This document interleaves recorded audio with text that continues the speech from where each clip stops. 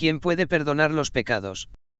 Es un artículo de Manuel López, correspondiente al número 273 de la revista En la calle recta. Tras la desobediencia del leproso al que había curado, Jesús se vio obligado a permanecer fuera de los núcleos de población. Pero algunos días después regresó a Capernaum, que era ahora su casa. V1. Una gran multitud se reunió allí en su casa y escuchó su predicación. Superando los obstáculos. Mientras Jesús predicaba, un grupo de hombres llevó a uno de sus amigos con la esperanza de que Jesús lo curara. Como la casa estaba abarrotada de gente, lo subieron por la escalera exterior hasta el tejado y empezaron a quitar una parte del mismo, bajándolo hasta donde estaba Jesús.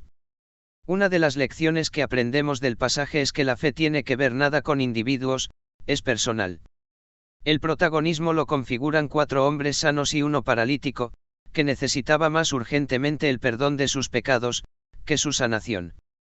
Estos 4 hombres se esforzaron en llevar al otro a tener un encuentro personal con Jesús. La fe de ellos superó y perseveró ante todos los impedimentos. Cuando predicamos siempre surgen multitud de obstáculos y dificultades que obstaculizan nuestro propósito de llevar las personas a Cristo, de invitarles a un estudio bíblico, a visitar la iglesia, etc. Pero aún así debemos perseverar. El corazón de la controversia. Jesús vio algo en estos hombres y en su amigo, la fe. Inmediatamente respondió y le dijo al hombre: Hijo, tus pecados te son perdonados. V5. Jesús se dirigió a este hombre necesitado con una preocupación, una ternura y humanidad excepcionales. En contraste con los maestros de la ley que estaban sentados allí. Supo que la principal necesidad de este hombre era recibir el perdón. Tal vez sus amigos se sintieron inmediatamente decepcionados. Lo habían traído en busca de una ayuda visible, palpable, demostrable, no de un estímulo invisible y subjetivo, que no podía ser probado. No eran conscientes de que estaban asistiendo a un acontecimiento que acabaría conduciendo a la crucifixión de Jesús. No percibieron que Jesús había puesto su dedo en la mayor necesidad de este hombre, ser limpiado de la culpa del pecado. Es el perdón del pecado, lo que llevará a Jesús a la cruz. ¿Por qué estaban los escribas sentados en la casa? No se nos dice, pero sin duda querían comenzar a observar de cerca para saber exactamente qué hacía este nuevo sanador y maestro. Jesús podía percibir lo que estaban pensando. En sus rostros estaban escritas las palabras: esto es una blasfemia. ¿Quién se cree este carpintero de Nazaret? Solo Dios puede perdonar los pecados. Su teología era la correcta, puesto que la blasfemia significa atribuirle a Dios algo que no ha dicho o hecho. Y ciertamente, era una impostura que un hombre ordinario tratase de perdonar los pecados en el lugar de Dios. Por supuesto, debemos perdonarnos los unos a los otros. Jesús mencionó en una ocasión que hasta 70 veces 7.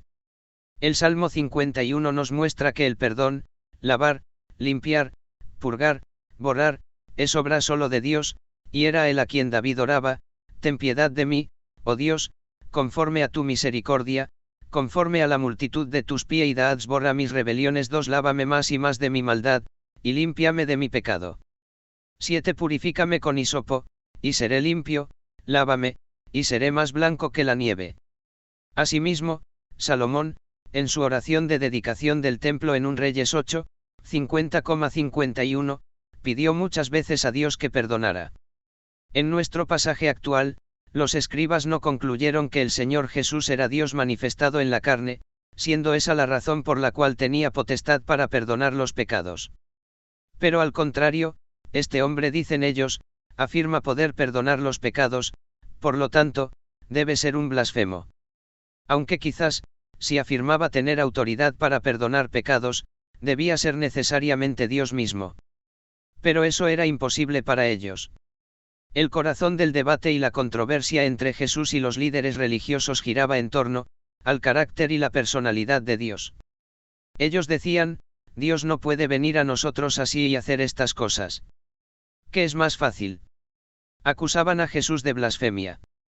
Pero Jesús tenía una respuesta. Les planteó un reto: ¿qué creéis que es más fácil? ¿Decirle a este hombre: tus pecados quedan perdonados, o decirle: levántate y anda? Parece fácil decir: tus pecados están perdonados, pues esta es una afirmación cuya verdad es difícil de probar o refutar. Pero ahora, a continuación, para demostrar que tiene el poder de perdonar, hace lo que aparentemente parece más difícil: levántate y anda, le dice. Jesús le cura con unas palabras. Su acción solo nos permite concluir, que si la curación había sido eficaz, seguramente su palabra de perdón también lo ha sido. Jesús vio sus pensamientos, vio su lógica y les demostró su autoridad divina. Era el Hijo del Hombre que tenía derecho a perdonar los pecados. ¿No es asombroso Jesús? La autoridad que el Hijo del Hombre tenía para perdonar los pecados la ejercía con la mayor normalidad. Aunque sus discípulos y aquellos que le vieron y escucharon no podían entender que esa misma autoridad le dirigía inexorablemente a sacrificarse en la cruz, para traer perdón.